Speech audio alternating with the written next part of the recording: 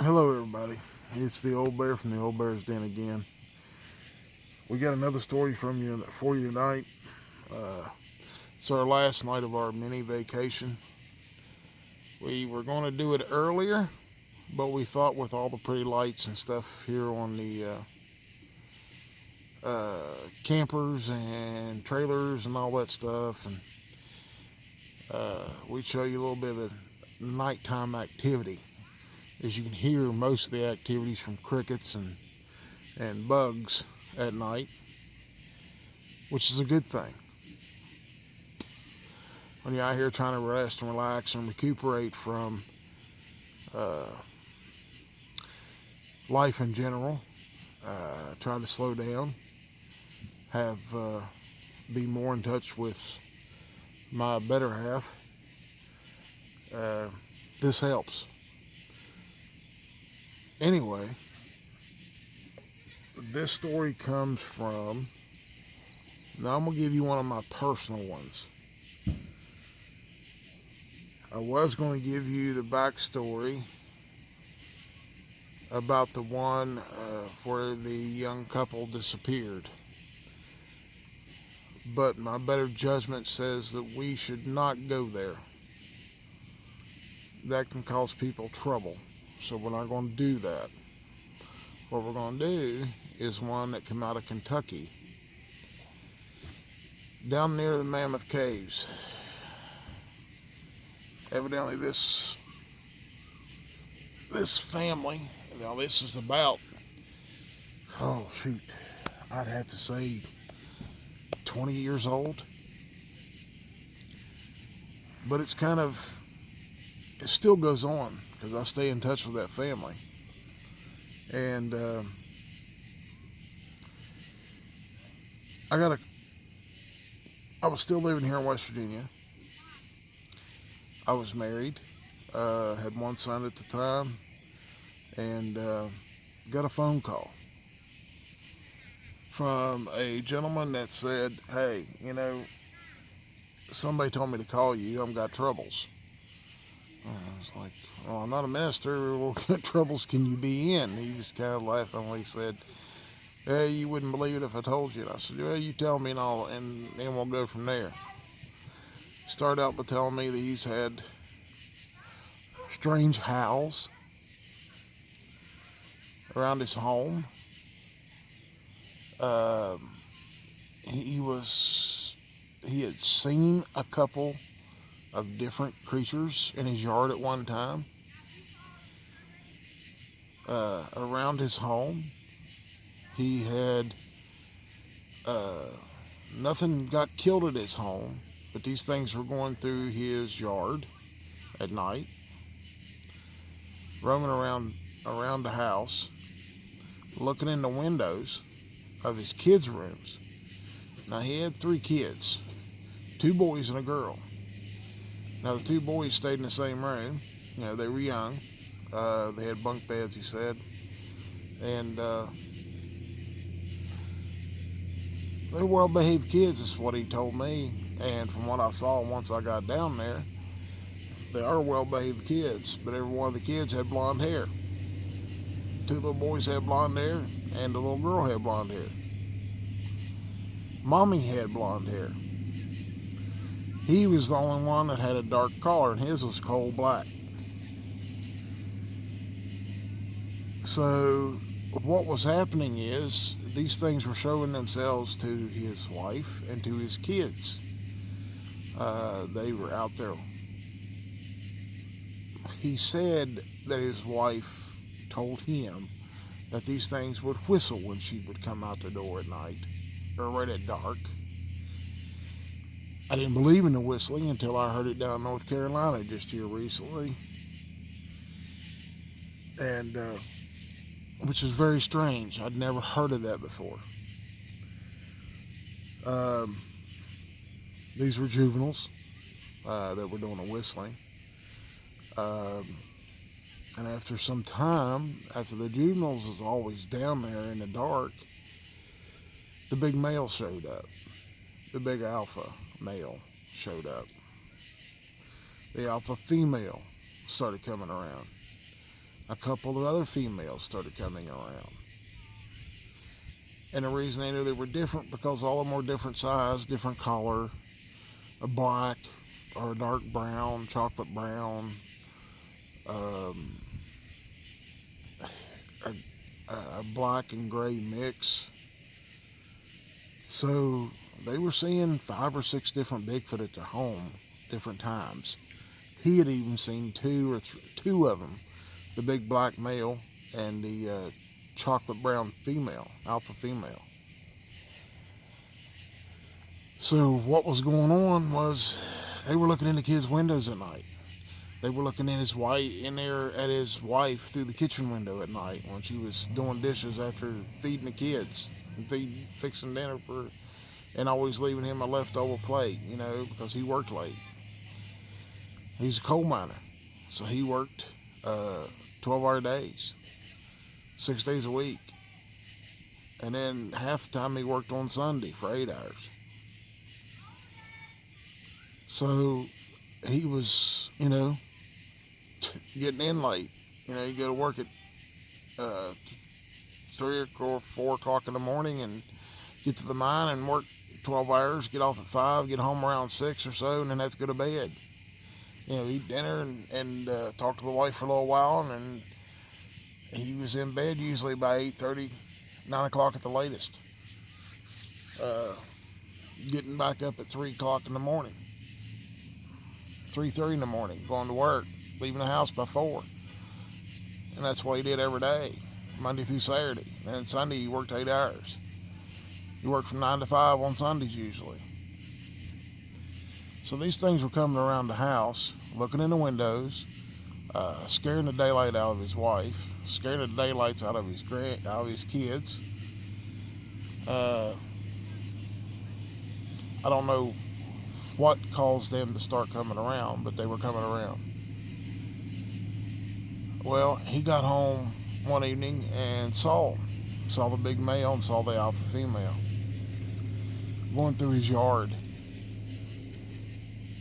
Actually, they were exiting his yard after being right there near the front porch where his wife told him when he got in the house. They were actually getting bold enough to come up to the front porch, pushing on the back door. And the only thing I could figure out is because his wife was blonde and his 3 kids were blonde. So, we did a few things. We expended a little bit of ammunition, not shooting them, but shooting over their heads. We put electric fence around his yard. 4-strand electric fence set on 220 to get rid of these things, keep them out of his yard, quit looking in, staring in at the kids and the wife. It worked for a while until they figured out they could push a tree over on it and kill the wire. Then they would just go back and forth until he got home, or if they were all in bed, and they was always walking around on the porch or the back porch or something, and it'd wake him up and he'd go outside and fire a shot in the air. There wasn't nobody near his home. He lived back in a little bit of a hollow. And so, he was always having these things coming around his house. I had to go back the second time to try to get rid of these things.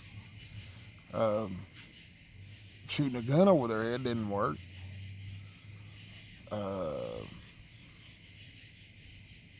Electric fence didn't work. They figured out how to defeat it.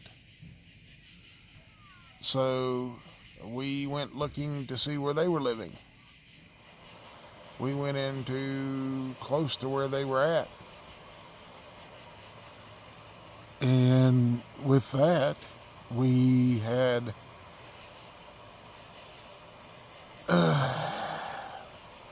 I'm not going to say a running gun battle or anything, because they don't shoot guns, but they sure do know how to throw rocks. We didn't shoot at them, didn't shoot none. But if it would have came to that point, that's what we were going to prepare to do. Didn't want to, but that's what we were going to have to do to keep him from coming around his house. Scaring the wife and the kids is bad enough. That's a little bit too aggressive for most people. So we went through the process of when they would come to his house, the next evening we would go up there before it got dark and shoot guns off at the entrance or wherever in the little generalized area where they were staying. We did this for 3 nights, a Thursday, Friday, and Saturday night. We'd go up there and shoot off about 10, 12 rounds apiece. After doing it for 3 nights, they figured out that they weren't wanted. And the bad thing is, every once in a while they come back. He'll go right back up there, and he owns different firearms now. He'll go up there and empty a couple of clips, about 60 rounds. And they get the hint and stay away for 2 or 3 months, 4 months. And I'm going to sneak back down there and somehow get across his fence. They don't knock it down with a tree or anything now. I guess they're coming from the trees, jumping over the fence. Because a 4-strand electric fence is about 7 foot, 8 foot tall. Unless they're able to do a standing jump over that height, which I don't know. I've never seen one do that. Now I've seen them take a long run or a sudden burst of speed and then jump across something 7, 8 foot tall. But that's the only thing that we can figure out. They still come around. They still bother him. He goes up there and lets them know that he's not pleased with them, and they back off for 3 to 4 months. They haven't gotten to the point where they're growling at him or anything like that. They're not causing him, they've not harmed anyone or tried to harm anyone. It's just like they're super curious about his wife and kids. He doesn't like it. So, we deal with it. He deals with it, and he doesn't, he says he doesn't need my help. I've told him there's other things we can do to push them off from his property. He owns quite a bit of acreage, and it's down near Mammoth Caves. So, people, if you live near a cave system, you're probably going to have Bigfoot around.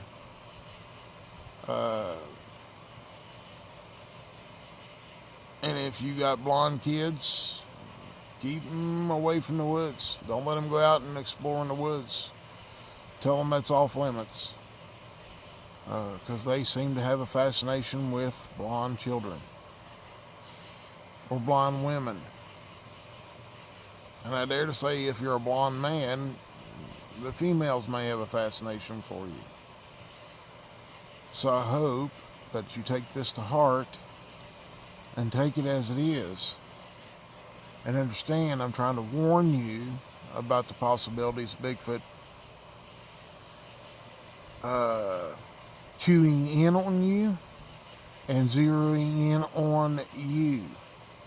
If you're blonde or a redhead, they like those hair colors for some unknown reason. I do not know why.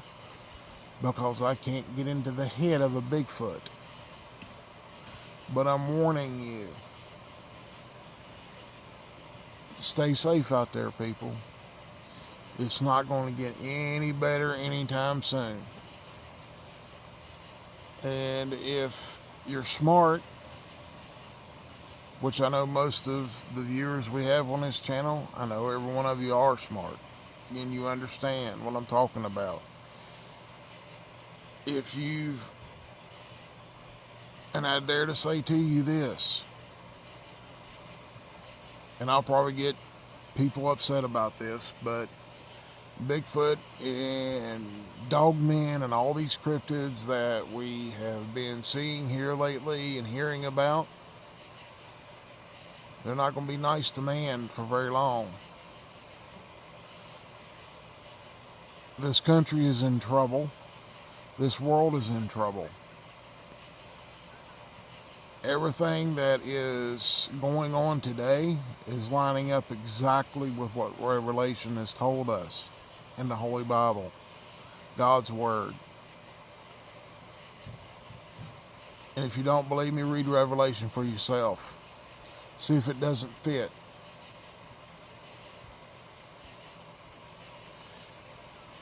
And if you believe Revelation, then you can believe the rest of God's Word. And I say to you, turn your life over to Christ. Beg Him for your forgiveness. You don't even have to beg. All you gotta do is just ask and believe in your heart and your mind that what He done on the cross was for you. So I hope you enjoy this video, and I hope every one of you are blessed. And if you don't know the Lord and not sure how to go about it, call me. My phone number is all over these videos. It's all over the comments. Call me. I'll explain to you about it. Or go to your local pastor, local church. It's a God-fearing church, and go there. Because the time is getting very short. I want to see every one of you in heaven one day. We love y'all. Y'all have a blessed night. We'll talk to you later. Bye-bye.